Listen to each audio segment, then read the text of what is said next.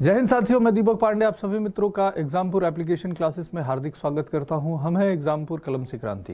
कैसे है बालक सभी लोग? आप लोग फटाफट सभी के सभी इस सत्र के साथ, इस सेशन के साथ ज्वाइन हो जाइए ताकि आज की जो क्लास है ये मज़ेदार क्लास का हम लोग आगाज़ कर सके। तो फटाफट सभी के सभी साथी जो हैं इस सेशन के साथ जुड़ जाइए। जितने भी साथी जुड़ते चले गए हुए हैं सभी को जय हिंद है, सभी को राम राम है, सबको राधे राधे है।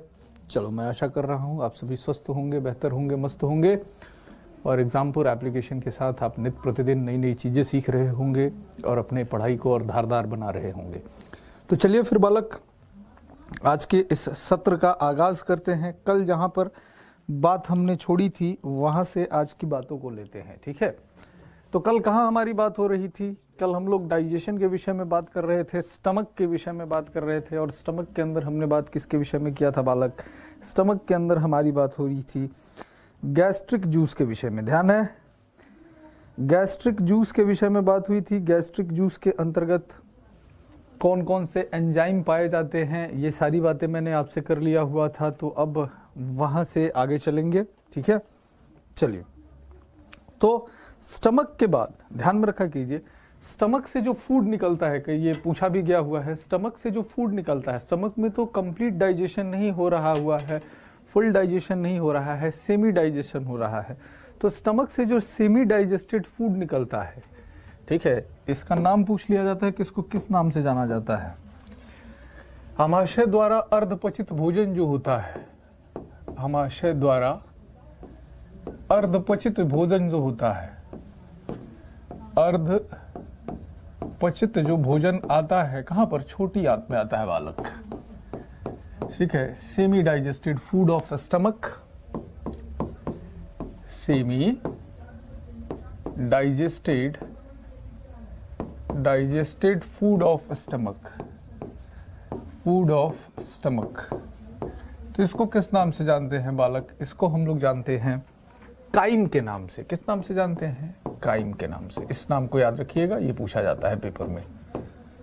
काइम के नाम से जानते हैं, ठीक है बालक?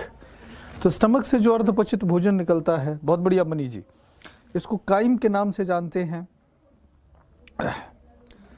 जी। बिल्कुल, एसएसबी जो होता है इसमें इंग्लिश मीडियम की ज़रूरत होती है साहब, तो यहाँ से आपकी जान बचने वाली नहीं है। तो आप एनडीए की प्रिपरेशन करते हैं, आप अपने जो स्पीकिंग स्किल है, जो आपका पर्सनालिटी है, इंटरपर्सनल स्किल है, इस इंटरपर्सनल स्किल को डेवलप करना शुरू कर दीजिए। क्योंकि एसएसबी में चाहे आप हिंदी माध्यम के हैं, आपको सामना करना पड़ेगा अंग्रेजी का, ठीक है? और यही रीज़न हो जाता है कि कई बार बहुत सारे विद्यार्थी, देखिए रिटेन बहुत सारे विद्यार्थी क्वालिफाइंग कर लेते हैं और जाकर एसएसबी में छट जाते हैं। तो एसएसबी के लिए बाबू, अगर आपकी इंग्लिश स्पीकिंग अच्छी है तो बहुत अच्छी बात है, नहीं है तो अभी से काम करना शुरू कर दो इस पर, ठीक है? स्पीकिंग जो होती है बोलने से ही आएगी, तो बोलना शुरू करो, ठीक है?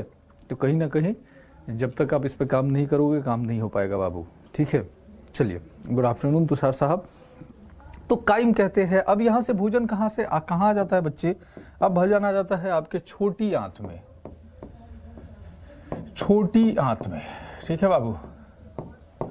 छोटी आंत में, in small intestine, small intestine, ठीक है? स्मॉल इंटेस्टाइन छोटी आंत में आ जाता है। देखो, ये जो छोटी आंत होता है बच्चे, नहीं एयरफोर्स में एसएसबी नहीं होता है, एनडीए के अंदर एसएसबी होता है। छोटी आंत में जब भोजन आ जाता है तो छोटी आंत के 3 भाग होते हैं। कौन कौन से भाग हो जाते हैं? छोटी आंत 3 भागों में बटा हुआ होता है। एक को बोलते हैं डियोडेनम, डियोडेनम ग्रहणी बोलते हैं। दूसरे वाले इसके पार्ट को हम लोग बोलते हैं जेजुनम, जेजुनम बोलते हैं, जेजुनम बोल देते हैं बच्चा। और तीसरा जो इसका पार्ट होता है, यह पार्ट कहलाता है इलियम,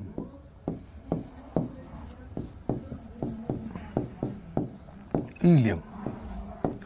तो ये 3 भाग हो जाते हैं छोटी आंत में। तो जब आमाशय से भोजन निकलता है तो आमाशय से भोजन निकलकर छोटी आंत के जिस भाग में आता है, यह भाग कौन सा होता है? डियोडेनम। छोटी आंत का ये जो भाग होता है आमाशय के किस पार्ट से जुड़ा हुआ रहता है? अगर आपको ध्यान हो तो कल की क्लास में आपको बताया था कि अमाशय जो होता है इसके 3 भाग हो जाते हैं, कार्डियक भाग हो जाता है, फंडिक भाग हो जाता है और पाइरोलिक भाग हो जाता है। तो डिओडेनम जो होता है ये अमाशय के किस भाग से जुड़ा हुआ रहता है? पाइरोलिक पार्ट से जुड़ा हुआ रहता है। किससे बाबू? पाइरोलिक से। पाइरोलिक पार्ट से जुड़ा हुआ रहता है, अमाशय के पाइरोलिक भाग से जुड़ा हुआ होता है ये, पाइरोलिक भाग से।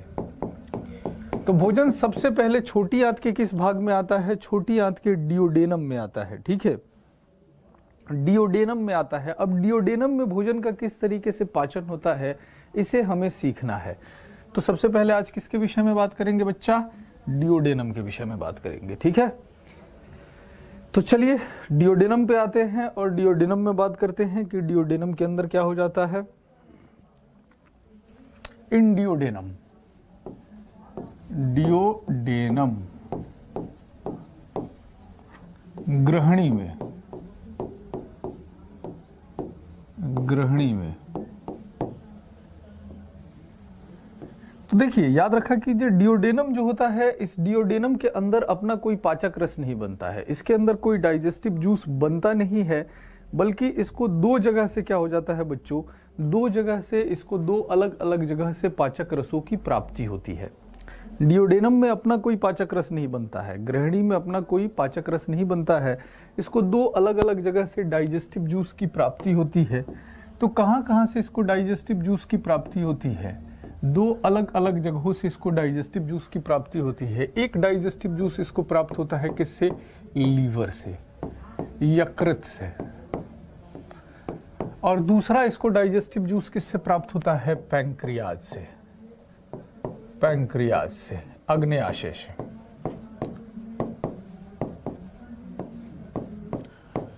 तो 2 जगहों से इसको डाइजेस्टिव जूस प्राप्त होता है, एक प्राप्त होता है लिवर से और दूसरा प्राप्त होता है पैंक्रियाज से। बहुत बढ़िया मनी भाई। ठीक है, ग्रहणी क्या होता है? छोटी आंत का प्रथम भाग को ग्रहणी कहा जाता है। छोटी आंत के अंदर ये भाग है। छोटी आंत जो होता है, स्मॉल इंटेस्टाइन जो होता है, इसके 3 भाग हो जाते हैं। ठीक है, डिओडेनम, जेजुनम और एलियम। तो डिओडेनम छोटी आंत का एक भाग है। ठीक है, चलिए आईएफ किंग साहब नमस्कार, क्या हाल चाल है साहब आपके? नहीं, कोस्ट गार्ड में भी एसएसपी नहीं है बाबू। ठीक है, आते हैं यहाँ पर बात कर लेते हैं कि डिओडेनम के अंतर्गत क्या हो जाता है। तो इसको लिवर के अंदर से आ रहा है। तो सबसे पहले किसके विषय में बात करेंगे? लिवर के विषय में बात करेंगे, यकृत के विषय में बात करेंगे बच्चा, लिवर के विषय में बात करेंगे।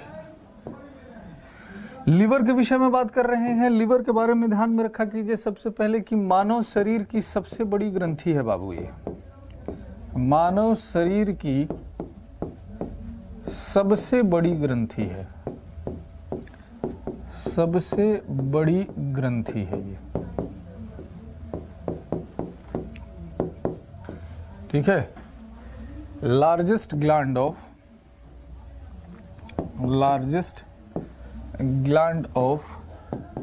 ह्यूमन बॉडी, मानव शरीर की सबसे बड़ी ग्रंथि है जी। ठीक है, साथ ही साथ आपको यह ध्यान में रख लेना है कि ये जो लीवर अंग है आपका, ये आपके शरीर का ऐसा अंग है जिसमें रीजनरेशन की ताकत सबसे अधिक होती है। पूर्ण रुद्भवन की ताकत जो होती है सबसे अधिक होती है। यानी कहने का मतलब है कि ये अंग जो होता है इसमें सर्वाधिक सेल डिवीजन होता है, तो ये अपनी रिपेयरिंग तेजी से करता है। ठीक है, तो मनुष्य की शरीर का सर्वाधिक पूर्ण रुद्भवन वाला अंग है ये। ठीक है, ठीक है। हाँ, स्मॉल पिट्यूटरी होती है। मानव शरीर का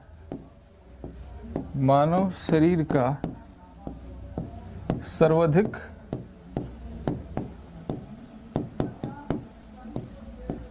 पूर्ण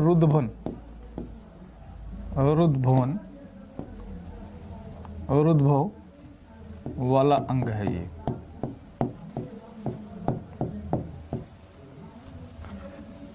The most regenerating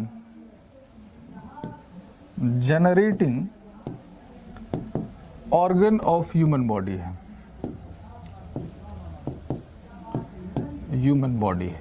सर्वाधिक सेल डिवीजन इसमें होता है, तो सबसे तेजी से ये क्या कर लेता है, अपनी रिपेयरिंग कर लेता है।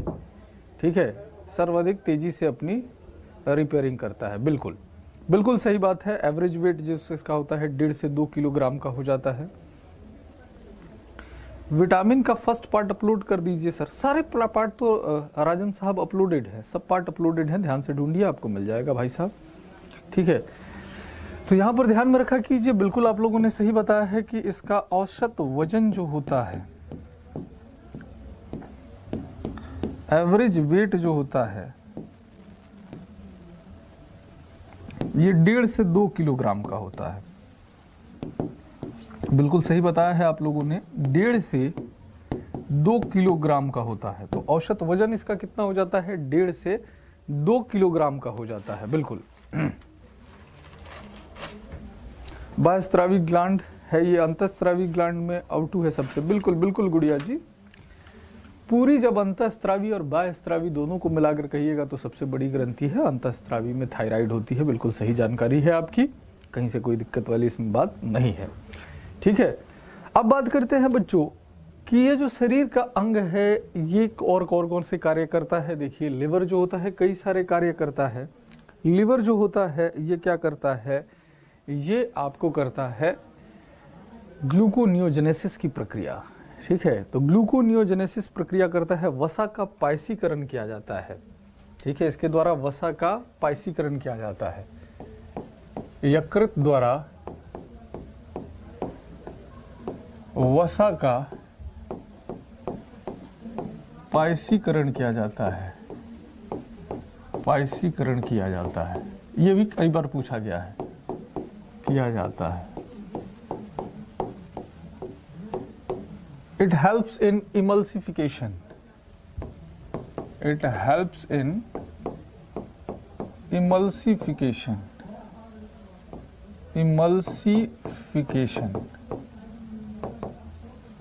और क्या करता है, emulsification में मदद करता है। और इसके क्या कार्य हैं बाबू, और इसके क्या कार्य हैं। एक तरीके से आपके शरीर का ये क्या हो जाता है, वेयर हाउस होता है। ये सभी चीज़ों का क्या करता है आपके पास, ये सभी चीज़ों की थोड़ी थोड़ी मात्रा अपने अंदर क्या करता है, स्टॉक करके रखता है बच्चे। Storage house of human body, बहुत बढ़िया सोनी चौधरी जी। तो एक तरीके से क्या है, शरीर का संग्रह करता है, ये शरीर का संग्रह करता है, ये storage house of our body है, storage house of our body है। और क्या करता है बच्चे, ये विटामिनों का संश्लेषण करता है, विटामिनों का संश्लेषण करता है, विशेष रूप से विटामिन डी का, विटामिनों का संश्लेषण करता है, सिंथेसिस ऑफ विटामिन में भाग लेता है, ये सिंथेसिस ऑफ विटामिन में भाग लेता है, विटामिन में भाग लेता है। ठीक है, विटामिनों का क्या करता है, संश्लेषण करता है ये। ठीक है, अब बात करते हैं पाचक रस के हिसाब से, ये जो पाचक रस बनाता है इस पाचक रस का नाम क्या है। ठीक है, तो बिल्कुल सही बताया है, पीत रस का स्त्रावन करता है ये। तो आपसे पूछा जाता है कि कौन सा पाचक रस इसके द्वारा बनाया जाता है, डाइजेस्टिव जूस कौन सा बनाया जाता है भैया। डाइजेस्टिव जूस जो बनाया जाता है, जो पाचक रस बनाया जाता है, उस पाचक रस का क्या नाम है, तो ये बनाता है पीत रस, बाइल जूस बनाता है, बाइल जूस बनाता है। अब देखो, जब ये बाइल जूस बनाता है, पीत रस बनाता है, तो पीत रस का ऐसा नहीं है कि जैसे ही इसने पीत रस बनाया और इस पीत रस का यूटिलाइजेशन तुरंत हो जाता है, ऐसा बिल्कुल भी नहीं होता है। तो पीत रस जब बनाया जाता है तो पीत रस को स्टॉक करके रखा जाता है। तो लिवर का एक पार्ट होता है जिस पार्ट को क्या बोलते हैं, गॉल ब्लाडर बोलते हैं, पित्ताशय बोलते हैं। तो इस पित्ताशय में पीत रस को क्या किया जाता है बच्चे, संग्रह करके रखा जाता है। ठीक है, तो पित्ताशय में पीत रस का संग्रह होता है। कहाँ पर होता है बच्चे, इसका हो जाता है गॉल ब्लाडर में। पीत रस का संग्रह पित्ताशय में किया जाता है, पीत रस का संग्रह पित्ताशय में किया जाता है, पित्ताशय में किया जाता है, किया जाता है। Bile juice is stored in gall bladder. Bile juice is stored in gall bladder. तो पीत रस का संग्रह कहाँ किया जाता है? पित्ताशय में किया जाता है, गॉल ब्लैडर में किया जाता है। ठीक है, अब बात आपसे पूछा जाता है ग्लूकोज को ग्लाइकोजन में चेंज करता है। हाँ बिल्कुल, ग्लाइकोनियोजेनेसिस प्रक्रिया भी इसके द्वारा की जाती है। ठीक है, अब देखो बच्चे, इसमें बात किया जाता है कि जो पीत रस होती है, इस पीत रस की प्रकृति कैसी होती है, नेचर कैसा होता है। तो पीत रस कैसा होता है? बेसिक होता है। इसका नेचर कैसा होता है? बेसिक नेचर होता है। तो ध्यान में रखिएगा, पीत रस की प्रकृति, पीत रस की प्रकृति क्षारीय होती है। कैसा होता है बाबू? क्षारीय होता है। प्रकृति क्षारीय होती है, क्षारीय होती है। Bile juice is basic in nature. Bile juice is basic in nature. Basic in nature. तो प्रकृति कैसी हो जाती है? क्षारीय हो जाती है। काम क्या है इसका? इसका काम क्या है? अमोनिया का सिंथेसिस तो करेगा ना रोहित। जब ये क्या करता है, ग्लूकोज को ग्लाइकोजेन में बदलता है ना बच्चे, तो वहां पर बाई प्रोडक्ट के रूप में क्या बनेगा? यूरिया और अमोनिया बनता है, जिसको ब्लड लेकर कहाँ चला जाता है? किडनी में लेकर चला जाता है। और किडनी में उसका क्या होता है? फिल्टरेशन होता है। ठीक है, तो वो जब कहोगे कि ग्लूकोज को ग्लाइकोजेन में बदलता है ना, तो उसी के अंदर अमोनिया वाली बात जो होती है बच्चे, उसके अंदर आ जाती है। ठीक है, बिल्कुल बेसिक प्रकृति होती है। अब देखो, जो आपके पेट से, जो आपके आमाशय से भोजन आया है, कहाँ पर? छोटी आंत के ग्रहणी में, उस भोजन की प्रकृति कैसी है? वो एसिडिक है। क्योंकि कल ही आपको बताया था कि गैस्ट्रिक जूस के अंदर क्या पाया जाता है बच्चों? हाइड्रोक्लोरिक एसिड पाया जाता है, HCl पाया जाता है। तो गैस्ट्रिक जूस की प्रकृति कैसी होती है? एसिडिक होती है। अब उससे हमें क्या हो जाएगा? एसिडिटी हो जाएगा। लेकिन बाइल जूस जो होता है, इसकी प्रकृति कैसी होती है? बेसिक होती है। तो इसका काम क्या होता है? ये अमाशय से आने वाले अम्लीय भोजन को उदासीन बनाता है। बाकी एक सवाल बार बार पूछा जाता है कि ये जो बाइल जूस होती है, इस बाइल जूस में कौन सा एंजाइम पाया जाता है? तो याद रखिएगा, पीत रस में कोई भी एंजाइम नहीं पाया जाता है। और क्वेश्चन बार बार पूछा जाता है कि बाइल जूस में कौन सा एंजाइम पाया जाता है। तो याद रखा कीजिए, पीत रस में कोई भी एंजाइम नहीं पाया जाता। पीत रस में कोई भी एंजाइम नहीं पाया जाता। एंजाइम नहीं पाया जाता, नहीं पाया जाता। Bile juice contain no enzyme. Bile juice contain no enzyme, no enzyme. कार्य क्या हो गया बाबू? कार्य इसका हो गया कि यह आमाशय से आने वाले अम्लीय भोजन को उदासीन बताता है। ठीक है सर, प्लीज बताइए कितना और टॉपिक रह गया हुआ है? अभिषेक बाबू, अभी कई सारे टॉपिक रह गए हुए हैं। पूरा का पूरा मार्च लगेगा बच्चे, पूरा का पूरा मार्च तक हम लोग जाकर ही कवर कर पाएंगे। फरवरी में भी सारी कवर अप नहीं हो पाएगी। ठीक है, क्योंकि ध्यान में रखा कीजिए, अभी तो मैं आपको वो सेक्शन पढ़ा रहा हूँ, अभी तो आपको ह्यूमन बॉडी के ही जो लिखा गया है सिलेबस में, elementary knowledge of human body and its organ, अभी हम लोग उसको बात कर रहे हैं। तो इसमें मानव शरीर के सभी अंगों के बारे में हम लोग बात करेंगे।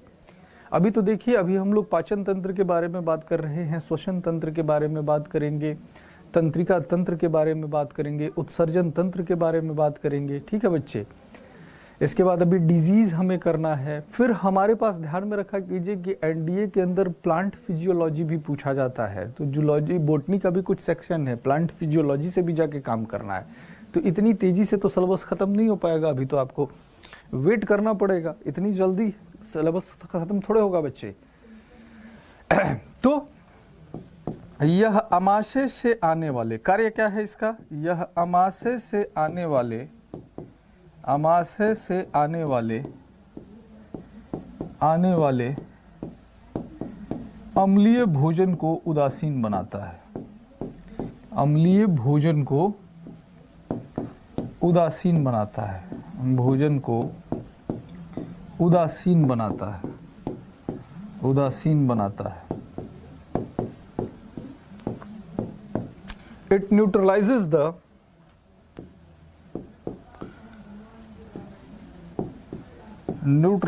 The effect of acidic food comes from stomach। तो यही इसका कार्य होता है कि आमाशय से आने वाले अम्लीय भोजन को यह क्या करता है, उदासीन बनाता है। ठीक है, बिल्कुल बिल्कुल। और भी इसके कई सारे कार्य हैं। बिल्कुल, हिपेरिन प्रोटीन भी बनाता है जी। आप चाहिए तो इसको भी नोट कर सकते हैं, आप लोग चाहिए तो और भी पॉइंट्स को नोट कर सकते हैं कि यह ग्लूकोनियोजेनेसिस प्रक्रिया में सहायक होता है। ग्लूकोनियोजेनेसिस प्रक्रिया में लीवर सहायक होता है। नियोजेनेसिस प्रक्रिया में सहायक होता है, प्रक्रिया में सहायक होता है। It helps in gluconeogenesis process. It helps in gluconeogenesis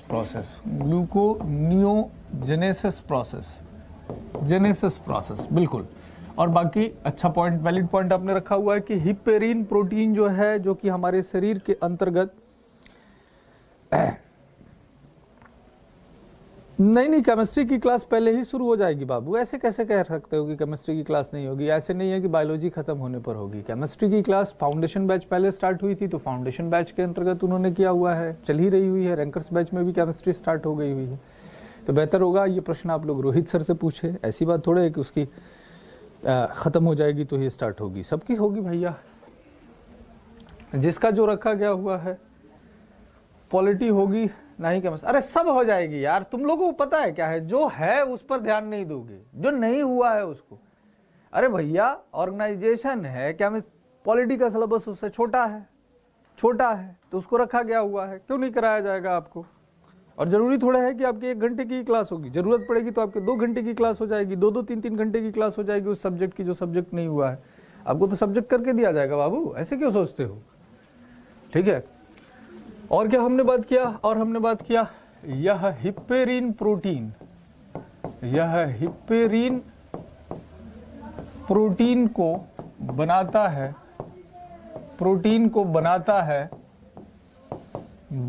है जो हमारे शरीर के अंदर रक्त का थक्का नहीं जमने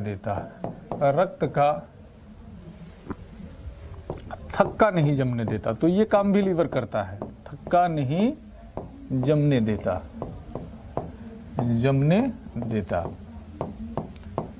it prepare heparin protein,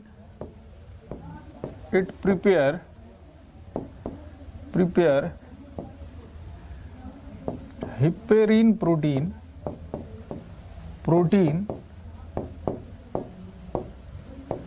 which prevent the clotting of blood inside human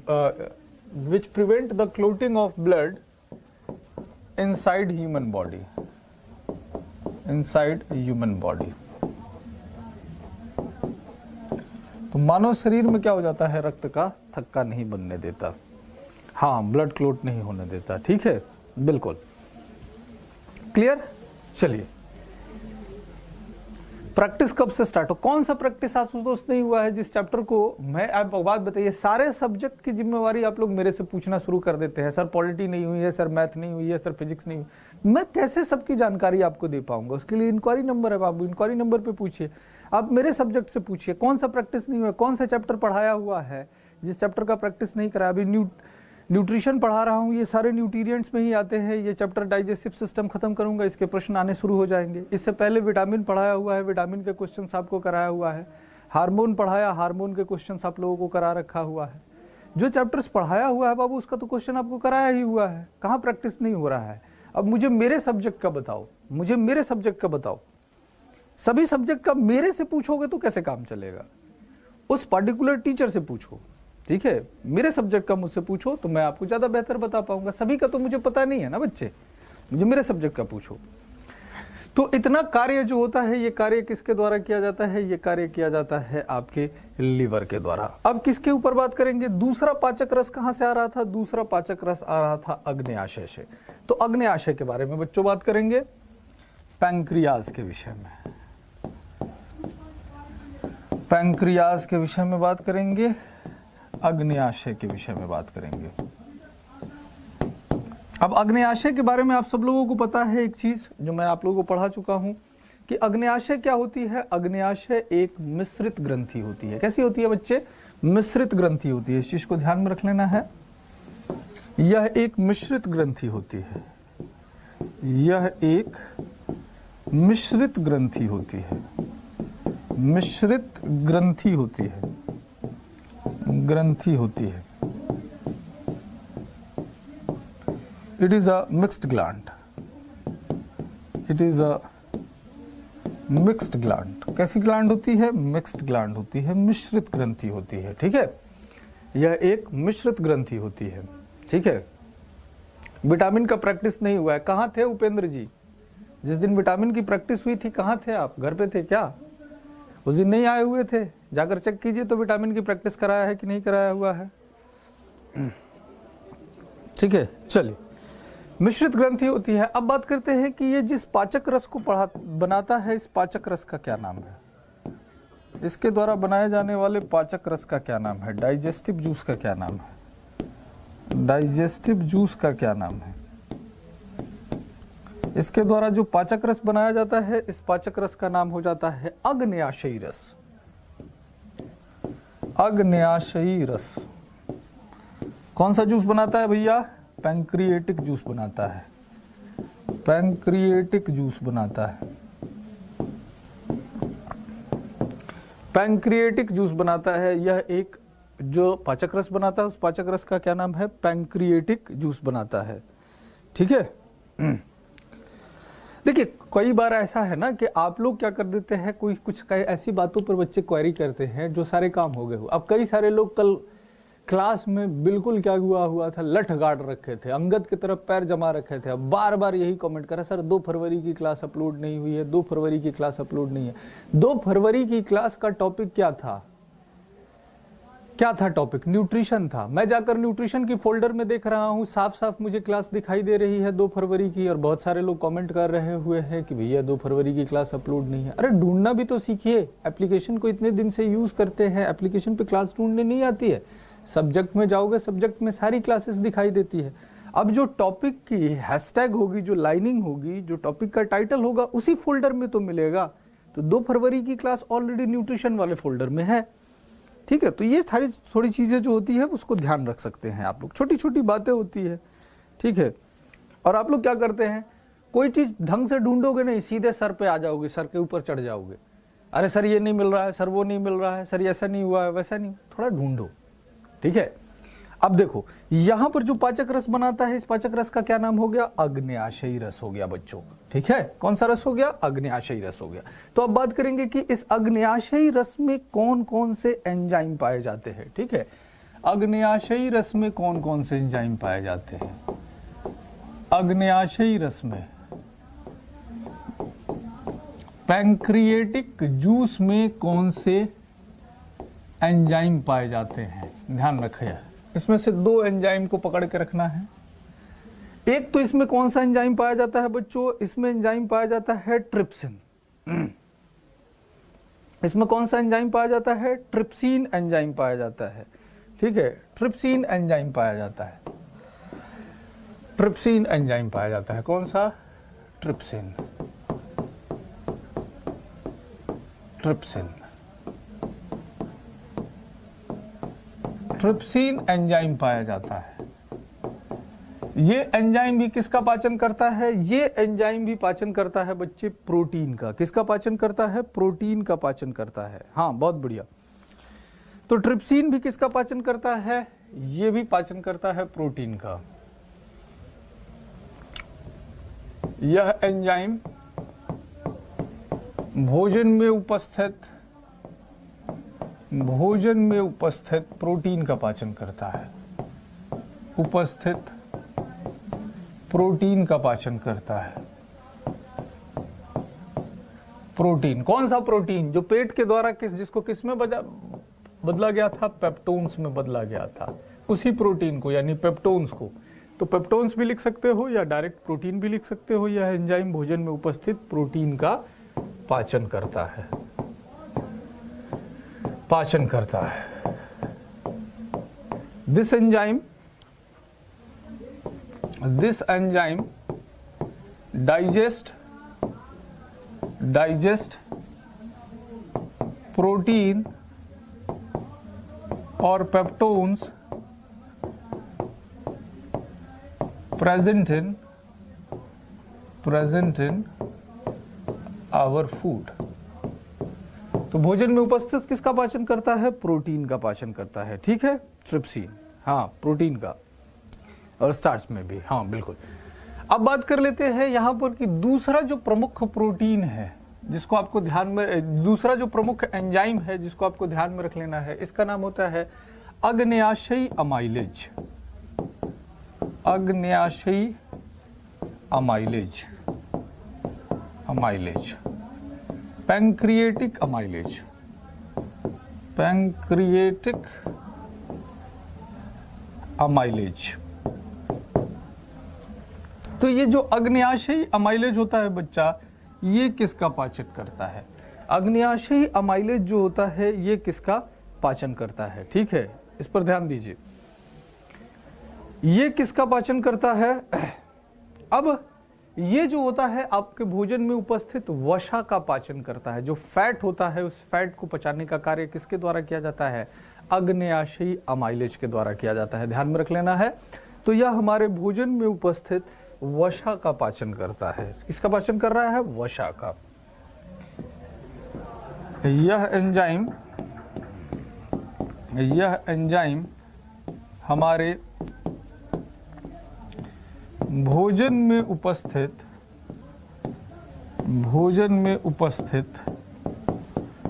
वसा का पाचन करता है। वसा का पाचन करता है। This enzyme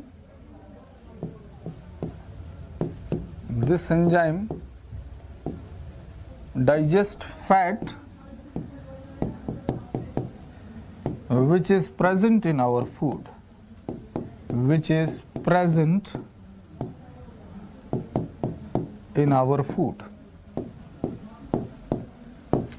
This enzyme digest fat which is present in our food. तो ये एंजाइम क्या कर रहा था? ये एंजाइम फैट का पाचन कर रहा था।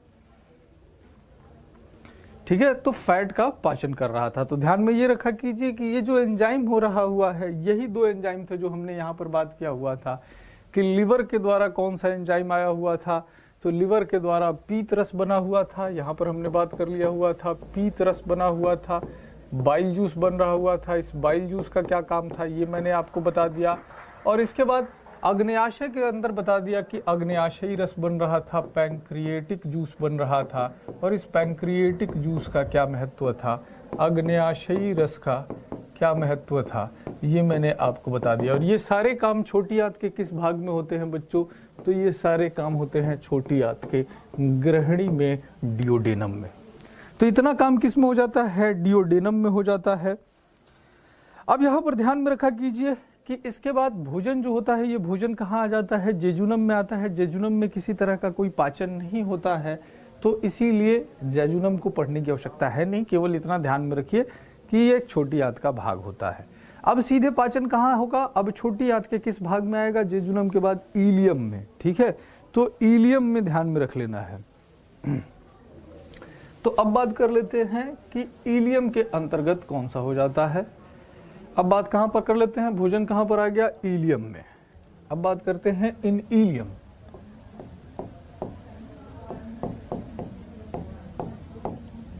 ठीक है, इलियम में।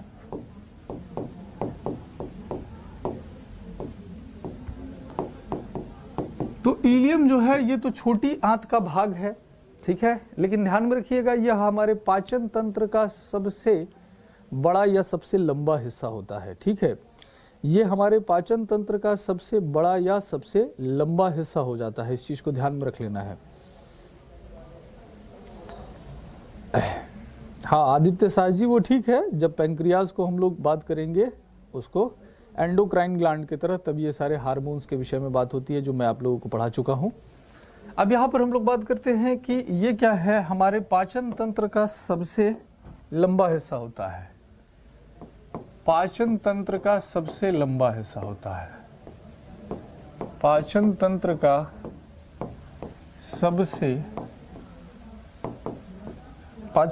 का सबसे लंबा हिस्सा है, ये सबसे लंबा भाग है, लंबा भाग, longest part of our digestive system, longest part of our digestive system. पाचन तंत्र का सबसे लंबा भाग है। और ध्यान में रखिएगा कि टोटल पाचन तंत्र आपका जो होता है, टोटल पाचन तंत्र मुंह से लेकर चले जाएंगे बड़ी आंत तक, अगर टोटल पाचन तंत्र की बात करें तो टोटल पाचन तंत्र लगभग 32 फीट का होता है, 32 फीट का होता है, 32 फीट का आपका टोटल पाचन तंत्र होता है। कितने का हो जाता है गुरु? 32 फीट का होता है आपका पाचन तंत्र, टोटल 32 फीट का होता है, जिसमें 6 मीटर के आसपास तो खाली इलियम ही होता है। तो पाचन तंत्र का जो है ये सबसे क्या हो जाता है, लंबा हिस्सा हो जाता है।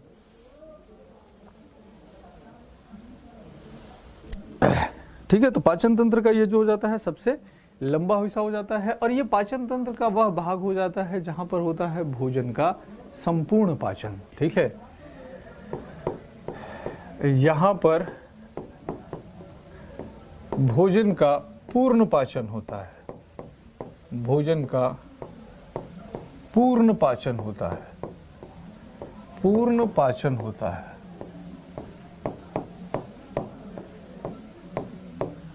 Complete digestion of food, complete digestion of food takes place here, takes place here। तो भोजन का क्या हो जाता है, यहां पर पूर्ण पाचन हो जाता है। इसके बाद कहीं पर फिर भोजन का पाचन नहीं मिलेगा। तो कहां पर पूछा जाता है, जेजुनम का जब पाचन में कोई रोल ही नहीं है मनीष भाई, तो क्या जेजुनम में कराऊं बताओ। जेजुनम में भोजन करना तो भौतिक पाचन हो रहा है ना रासायनिक पाचन हो रहा है, तो फिर जेजुनम में क्या करूं। हम लोग पाचन के विषय में बात कर रहे हैं बाबू, तो जहां पाचन होगा वहीं पर तो होगी। केवल जानकारी के लिए आपको बता दिया कि उसके 3 भाग होते हैं। जेजुनम में याद रखिएगा पाचन हो ही नहीं रहा हुआ है, तो हुआ हमारे पास डिओडेनम में, और इसके बाद कहाँ पर आ रहे हुए हैं, इलियम में। तो जहाँ पाचन होगा वहीं पर बात करूंगा ना बच्चे, ठीक है। हाँ देखो ये कितना चतुराई का प्रश्न किया हुआ है, देखो कितना चतुर, सभी चतुर लोग जो है वो सारे के सारे कोर्स परचेस कर लिए हैं एप्लीकेशन के और आ गए हैं। इसने पूछा हुआ है कि सर 32 फीट का तो इंसान नहीं होता है, तो 32 फीट का उसके अंदर पाचन तंत्र कैसा हो जाएगा। अरे गधे, जो शरीर के अंदर अतड़िया होती है, ये अतड़िया कैसी होती है, पतली पतली होती है, और ये सांप के कुंडलित आकार की होती है। अगर आप देखोगे डाइजेस्टिव सिस्टम को, इस तरीके से आपकी हो जाती है बड़ी आंत, ठीक है, इस तरीके से होती है बड़ी आंत होती है, और इसके अंदर क्वाइल के रूप में, ध्यान में रखा करो, क्वाइल के रूप में इस तरीके से चलती है। अतड़िया जो होती है छोटी आंत, इस तरीके से इसमें क्वाइल के रूप में चलती है। तो क्वाइल के रूप में अट नहीं जाएगा, एक से एक महानुभाव है, महापुरुष है सारे के सारे, जो सभी के सभी महापुरुष जो है ये आ गए हुए हैं। अब ये बात बताओ, ये इस तरीके से क्वाइल के फॉर्म में रहती है, तो क्वाइल के फॉर्म में अट नहीं जाएगी, मतलब विज्ञान लगाओगे नहीं। अगर मैं आपको कहूं कि आपके सर पे 30 हाथियों के बराबर का दाब बना हुआ रहता है, तो कहोगे कि सर पे 30 हाथी का दाब कैसे रह सकता है, सर के ऊपर तो एक भैंस या गाय गिर जाएगी तो हम कुचल के मर जाएंगे। अरे भैया ये विज्ञान है, ये जो दाब होता है तो वायुमंडलीय दाब जो होता है इसको बैलेंस करके रखता है, वायुमंडलीय दाब जो होता है इसको बैलेंस करके रखता है। इसीलिए पहाड़ों पर जैसे जैसे ऊपर चढ़ते जाते हो वायुमंडलीय दाब घटता जाता है, जिसके चलते कई बार नाक से क्या होता है, ब्लीडिंग होना शुरू हो जाता है। आपको ये दाब महसूस नहीं होता है। अब एक बात बताइए, पृथ्वी तो घूम रही है, अब कहोगे कि सर पृथ्वी घूम रही है तो हम क्यों नहीं घूम रहे हैं, हम तो स्थिर हैं। अरे भैया आप स्थिर किस कारण हैं, गुरुत्व बल के कारण है। गुरुत्व बल आपको जो है वो पकड़ के रखा है। तो थोड़ा सा ये विज्ञान है, विज्ञान के अंदर बातों को समझने का प्रयास किया करो। अब कह दिया 32 फीट का होता है तो वो दिमाग लगा रहा है कि अरे यार इंसान तो 32 फीट का होता ही नहीं है, तो 32 फीट का पाचन तंत्र सर ने कैसे उसमें फिट कर दिया, सर ने कैसे जबरदस्ती 32 फीट का पाचन तंत्र घुसा दिया। अरे सर ने थोड़े घुसा दिया मेरे भाई, ये कॉइल के रूप में होती है। थोड़ा सा विज्ञान लगाओ, विशेष ज्ञान को विज्ञान कहा जाता है, ठीक है। नहीं तो दो में से कोई एक मेंटल हॉस्पिटल पहुंच जाएगा, या तो आप या मैं, ठीक है भैया। तो मैं तो पहुंचूंगा नहीं, मैं तो बूढ़ा होने वाले लगा, 39 साल की 39 ईयर्स की मेरी एज हो गई, तो अब मैं क्या पागल होऊंगा। अब बारी आपकी है कि नहीं भाई। तो थोड़ा समझ जाया कीजिए भाई मेरे, ऐसे ऐसे प्रश्न उठाते हो ना, ऐसे ऐसे प्रश्न उठाते हो, क्या बताऊं आप सबको।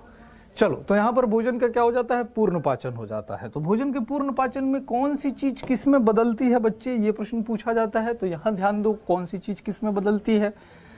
तो आपके भोजन में उपस्थित जो कार्बोहाइड्रेट है,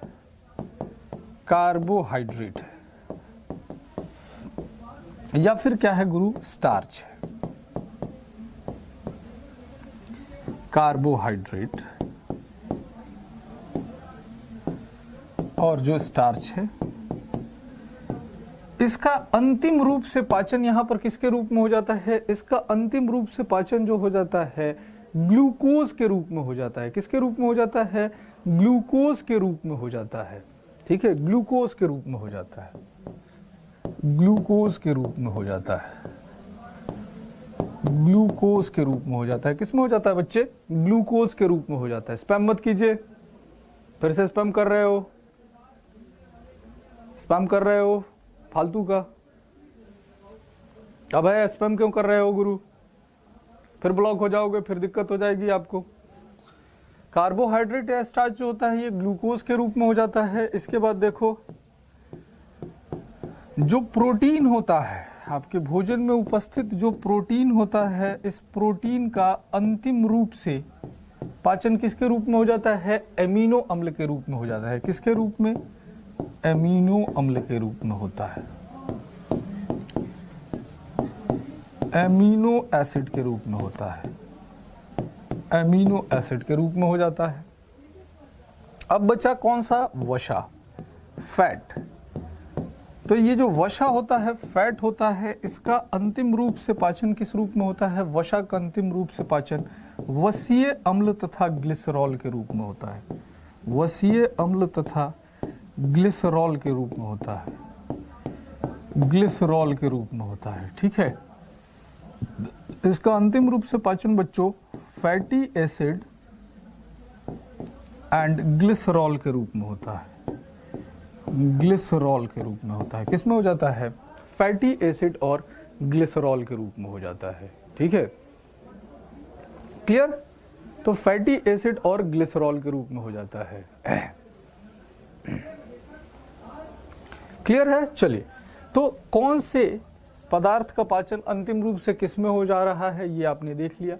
अब ये जो इलियम होती है, आप ध्यान में रखा कीजिए, ये जो इलियम होती है आपकी बच्चों, इस इलियम के दीवारों पर फिंगर लाइक स्ट्रक्चर पाए जाते हैं, उंगली के समान संरचनाएं पाई जाती है, जिनको विली या विलाई या माइक्रोविली के नाम से जाना जाता है।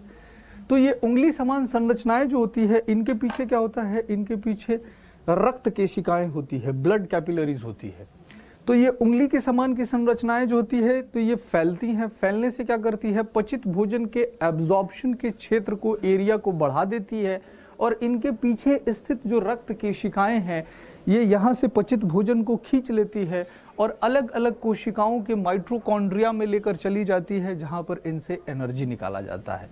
तो इन रक्त केशिकाओं के द्वारा भोजन को खींचने की प्रक्रिया को एब्जॉर्प्शन कहते हैं। आपको बताया था होलोजोइक न्यूट्रिशन में क्या होता है, एब्जॉर्प्शन होता है बच्चे। तो और इसके बाद जो हो जाता है, इसके बाद ये चला गया कहाँ पर, माइटोकॉन्ड्रिया में, जहाँ पर ऊर्जा निकाला जाएगा, ठीक है। तो बात ध्यान में रखा कीजिए कि ये जो इलियम है, अगले आगे आपको बताता हूं कि इलियम के दीवारों पर, इलियम के दीवारों पर उंगली नुमा संरचना पाई जाती है, उंगली नुमा संरचना पाई जाती है, संरचना पाई जाती है, पाई जाती है,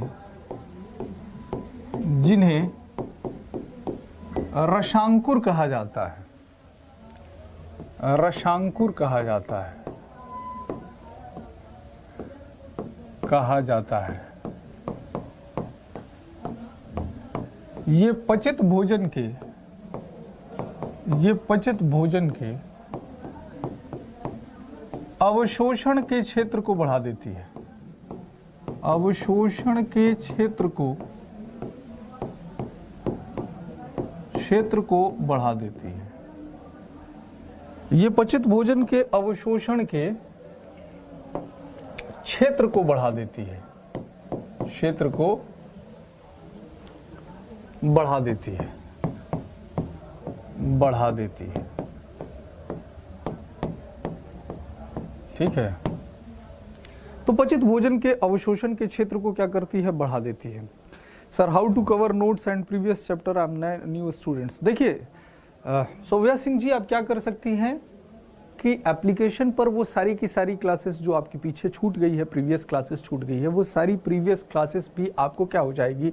मिल जाएगी। तो उनकी वीडियो देख लीजिए, उनके सामने पीडीएफ लगे हुए हैं, तो उससे आप अपने नोट्स बना लीजिए। क्वेरी आप बीच बीच में पूछते रहिएगा अगर कोई चीज़ आपके समझ में नहीं आई हुई है, और फिर एट लास्ट जब हम लोग उसका रिवीजन देंगे, क्विक रिवीजन देंगे, फिर से उन सब चैप्टर्स में चलेंगे, एक बार क्विक रिवीजन देंगे तो वहाँ से फिर सारी चीज़ें कवर हो जाएगी। फिलहाल के लिए आप क्या कर सकते हैं, वो सारी वीडियो और वो सारे जो पीडीएफ्स हैं वो आप लिस्टेड आपको दिखाई दे रहा होगा एप्लीकेशन पर, तो आप वहाँ से एक बार पढ़ने का प्रयास करेंगे।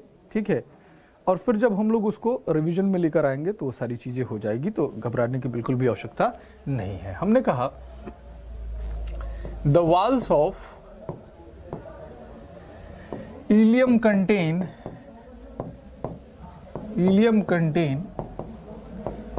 Finger like structure, finger like structure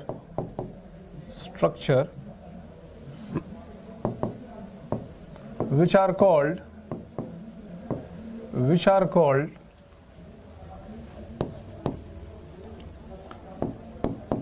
villi or microvilli, which increases the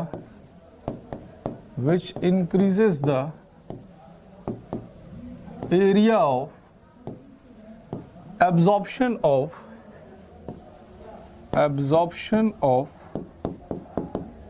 digested food,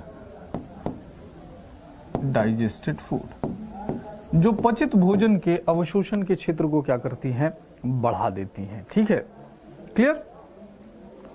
अब यहां पर एक चीज और आप समझ लीजिए, इसके बाद जो है, इस प्रक्रिया के अंतर्गत सभी का सभी भोजन पच नहीं जाता है। कुछ भोजन जो हो जाता है वो अपचित रूप में होता है, और वो जो अपचित भोजन होता है, अनडाइजेस्टेड फॉर्म होता है बच्चों, वही जाता है बड़ी आंत में। बड़ी आंत का पाचन से कोई लेना देना नहीं है, कोई लेना देना नहीं है लार्ज इंटेस्टाइन का। तो अगर आप बात करेंगे कि सर लार्ज इंटेस्टाइन का क्या कार्य है, बड़ी आंत का क्या कार्य है, लार्ज इंटेस्टाइन का क्या कार्य है, बड़ी आंत का क्या कार्य है, तो बड़ी आंत में आप लोग ध्यान में रखा कीजिए बच्चे की बड़ी आंत जो होता है इसका एक ही कार्य है। अगर इसका फंक्शन के विषय में बात कीजिएगा कि इसका कार्य क्या है, बड़ी आंत में काम क्या होता है, तो यहां अपचित भोजन में उपस्थित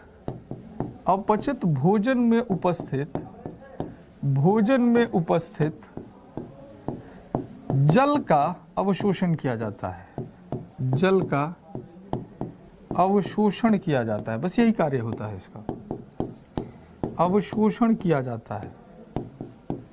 यहां पर किसी भी तरीके का पाचन नहीं होता है। ठीक है, द absorption of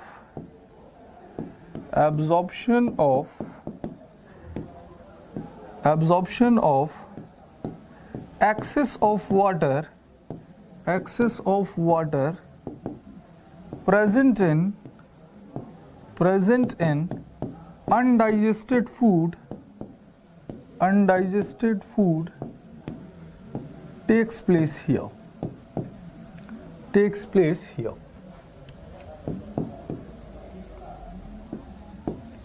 तो ये काम होता है कि अपचित भोजन में उपस्थित जो आपके पास जल की आधिक्य मात्रा है, उस आधिक्य मात्रा को यहाँ पर क्या किया जाता है, अवशोषित किया जाता है।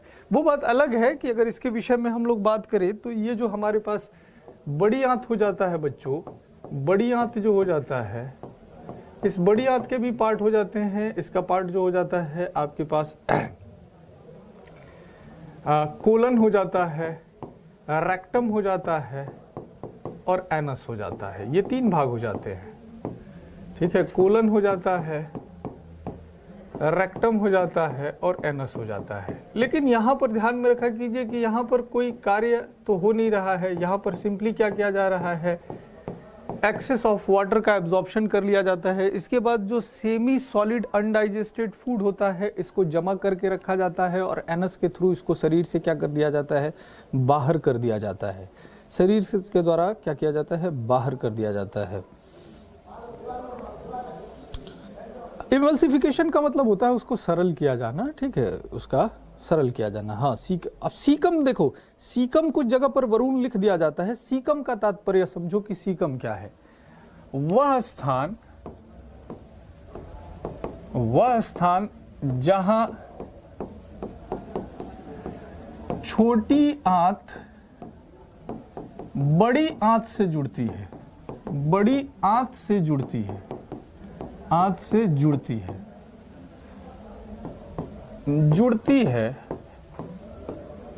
उसको क्या बोला जाता है, उसको बोला जाता है उंडुक। उंडुक बोला जाता है। इस उंडुक को ही अंग्रेजी में क्या बोलते हैं, सीकम बोलते हैं। The place where small intestine connected with large intestine, ये क्या कहलाता है, ये कहलाता है सीकम बबुआ।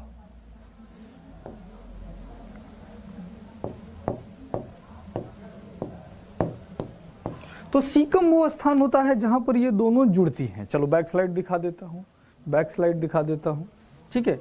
यहां पर ध्यान में रखा कीजिए कि जो आपके पास डाइजेशन का टॉपिक है, ये डाइजेशन का टॉपिक जो हो गया है वो कवर, यानी न्यूट्रिशन का टॉपिक जो है वो कवर हो गया हुआ है। तो रेस्ट जो 2-3 क्लास हमारे पास आएगी, अगली जो 2-3 क्लास आपके पास आएगी, यानी मंडे से जो क्लास आएगी, इस मंडे से क्लास में अब क्वेश्चन करेंगे। किसके क्वेश्चन करेंगे, न्यूट्रिशन के क्वेश्चन करेंगे। कहाँ से शुरू करेंगे बाबू, शुरू करेंगे कार्बोहाइड्रेट से। तो कार्बोहाइड्रेट वाले क्वेश्चन आपको मिलेंगे, प्रोटीन वाले क्वेश्चन मिलेंगे, फैट वाले क्वेश्चन मिलेंगे, मिनरल वाले क्वेश्चन मिलेंगे और डाइजेस्टिव सिस्टम और न्यूट्रिशन प्रोसेस का क्वेश्चन मिलेगा। तो अब आप लोगों को क्या करना है, पूरा का पूरा न्यूट्रिएंट्स जो पोषक तत्व पढ़ाया है, कार्बोहाइड्रेट, प्रोटीन, फैट, मिनरल्स और ये टोटल जो डाइजेस्टिव सिस्टम पढ़ाया, इन सब का रिवीजन आपको लगा के रखना है। और इसके लिए हम लोग मंडे की क्लास से एमसीक्यू का सेक्शन करेंगे, इसकी प्रैक्टिस करेंगे, ठीक है बाबू। तो अब आप लोग ये नहीं कहोगे मेरे को कि सर जो है मैं उस क्लास में नहीं था, या वो था, या ऐसा था वैसा था, मुझे नहीं पता है। आपके पास सारी वीडियो है, सारी पीडीएफ है। तो आप सभी अपेंडिक्स के विषय में भी बता लूंगा, वर्मी फॉर्म अपेंडिक्स के आदित्य, इसके विषय में 5-10 मिनट, आज का तो समय समाप्त हो गया है, तो इसके विषय में अगली क्लास में 5-10 मिनट और आप लोगों से सलाह कर लूंगा, 10 मिनट और पढ़ा दूंगा कि अपेंडिक्स क्या हो जाता है, और इसके बाद इसके सारे के सारे क्वेश्चंस आप लोगों को मिलेंगे, ठीक है। चलिए, तो आज की क्लास को बच्चे छोड़ते हैं यहीं पर, समय समाप्त हो गया हुआ है। अगली क्लास में मिलते हैं क्वेश्चंस की सीरीज के साथ मंडे से, ठीक है। तब तक खुद का ध्यान रखा कीजिए, देखते रहिए एग्जामपुर एप्लीकेशन क्लासेस को।